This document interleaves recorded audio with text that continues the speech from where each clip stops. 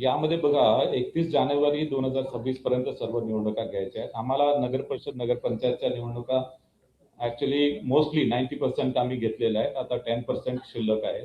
ते आपण 20 तारखेला घेणार आणि 21 तारखेला निकाल लागणार आहे. सेकंड एक minute let me complete. Second, महानगरपालिकेचं जे आहे, महानगरपालिकेचं आताच आपण घोषित केलेलं आहे, ते सुद्धा 31 जानेवारीच्या आधी होईल. आता जिल्हा परिषद पंचायत समितीच्या बाबतीत माननीय सर्वोच्च न्यायालयाने आदेश दिलेला आहे की फक्त ज्या जिल्हा परिषद पंचायत समिती याचं रिझर्वेशन जे आहे 50%च्या आतमध्ये जिथे आहे तिथेच तुम्ही घ्या. आता या जिल्हा परिषद पंचायत समिती ज्याच्यामध्ये रिझर्वेशन 50%च्या आतमध्ये आहे त्या फक्त 12 जिल्हा परिषद आहेत आणि या 12 जिल्हा परिषदचं नियोजन आम्ही करतो आहे. आमची अडचण आहे की या निवडणुका जसं विधानसभा लोकसभेच्या निवडणुका असतात त्याच्यापेक्षा खूप कॉम्प्लेक्स या निवडणुका असतात.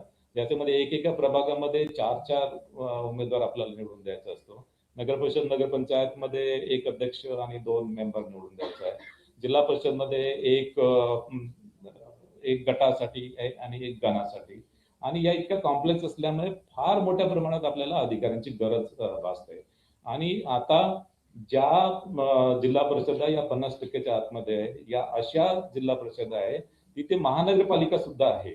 आणि त्याच्यामुळे आणि या बहुतांश पश्चिम महाराष्ट्र, कोकण आणि संभाजीनगर मधील काही जिल्हे यामध्ये येत आहेत.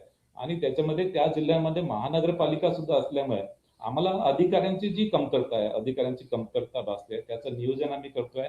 एकदा अधिकारी आम्ही 1-2 दिवसामध्ये पुन्हा बसणार आहे विभागीय आयुक्तांसोबत बैठक घेऊन आणि अधिकारी उपलब्ध झाल्याबरोबर आम्ही त्या सुद्धा निवडणुका आम्ही या 12 जिल्हा परिषद निवडणुका सुद्धा आम्ही घोषित करू आणि 31 जानेवारी पर्यंत आम्हाला करावंच लागेल.